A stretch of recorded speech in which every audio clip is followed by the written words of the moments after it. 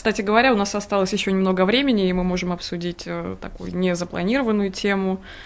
Вот, в частности, те процессы, которые идут в арабских странах. С Нового года мы замечаем вот эту вот плеяду смены режимов, которая началась с Египта, нет, с Туниса, потом перекинулась на Египет, и сейчас Сирия охвачена демонстрациями, в Йемене тоже активно бастуют люди под музыку, правда, это очень сильно напоминает индийский фильм, но тем не менее люди возмущены. Как это связано с Вестником Кавказа? Собственно говоря, таким образом, что многие эксперты прогнозируют аналогичные процессы в странах Центральноазиатского региона, либо на Кавказе. Вот я предлагаю нашим гостям обсудить эту тему. Алексей Викторович, вам первому эстафетная палочка. Что вы думаете на этот счет? Ну, я думаю, что это экспертная такая истерия по поводу экспорта арабских революций на постсоветское пространство, сродни той экспертной болезни, которая была во время цветных революций, когда за каждыми событиями 2006-2007 года усматривали руку Вашингтона и попытку на всем постсоветском пространстве внедрить сценарий оранжевых революций.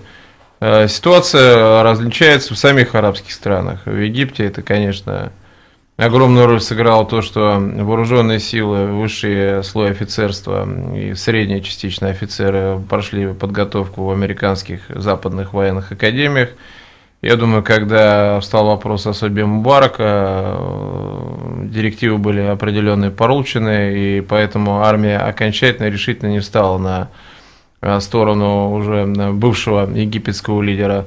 В Тунисе, да, это типичный срез социальной революции среднего класса, неэффективная коррумпированная верхушка вокруг Бен Али, и там как раз, может быть, акции протеста носили наиболее естественный и неинспирированный характер. Ну, а, допустим, то, что сейчас происходит в Бахрейне, это вообще совершенно другой конфликт между ветвями ислама. Так что скорее психологическое влияние на постсоветское пространство эти события. В том-то и дело, что пример заразителен, дурной он или нет, но началась цепочка. Как сказать, говорят, что социальная революция, эра социальных революций возвращается, только это будет революция, которая организуется через Facebook и Twitter. Ну, вот. Если возвращаться, опять же, к революции к исламской, которая в свое время была также революционной, ведь она была революцией кассет. Соединение социальной справедливости и ислама – это нормальная ситуация, да, не только для арабского мира. В Ферганской долине, я думаю, что такие предпосылки тоже, безусловно, имеются. Но, опять-таки, в Центральной Азии разная совершенно политическая культура. Одна в Киргизии, другая в Узбекистане, третья в Казахстане. Разный уровень экономической подушки безопасности. Тем более, что цены на нефть и газ растут. И туркмены с казахами имеют возможность создать более-менее взвешенный бюджет, который позволяет будет дырки в социальных проектах затыкать. Третий момент – это совершенно разная степень сплоченности, внутренней сплоченности элит. В Кыргызстане элита разобщена, в Таджикистане достаточно низкого уровня управленческого класса, но в принципе, допустим, в Казахстане элита при всех своих аппаратных интригах и разобщенности, она достаточно сплочена вокруг фигуры самого Назарбаева. Мое мнение такое, что в каждой стране есть свои риски.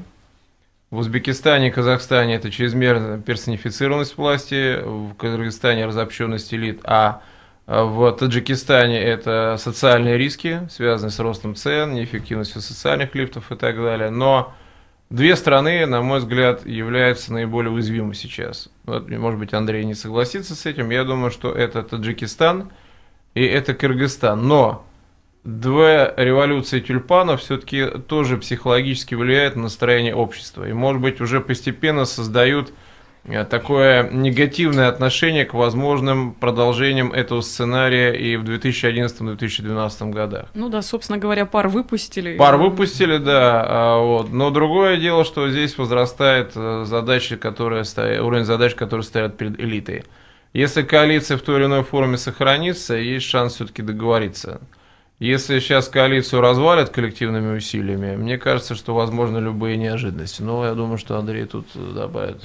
Да, Андрей. Я добавлю, потому что нет никаких противоречий, потому что я думаю, что именно и Таджикистан, и Кыргызстан являются как раз именно зоной безопасности, и несмотря на то, что это действительно разные совершенно государства, все равно у них есть общие черты, и эти черты, к сожалению, объединяют все-таки теми событиями, которые произошли в арабском мире. То есть, грубо говоря, то, что касается Кыргызстана, это прежде всего слабость власти, вот, которая разобщена, то есть элита и так далее. Это отсутствие четкой вертикали власти в том понимании, что не в отрицательном понимании, а в том плане, что в частности в плане исполнительности решений, которые принимаются в Бишкеке, то есть их нужно не только слышать, их нужно еще исполнять, чего в принципе нет. В Таджикистане с этой ситуацией, конечно, намного лучше, но тем не менее вопросы в этом плане тоже есть. Третье, это все-таки слабость действительно государственного аппарата, то есть отсутствие достаточного количества грамотных квалифицированных управленцев. И все-таки еще один объединяющий фактор – это все-таки тонкая социальная прослойка поддержки существующей власти. То есть в обществе существует громадный дефицит справедливости, ожидания справедливости и, значит, нежелание, либо уже невозможность власти этот дефицит каким-то образом сохранить.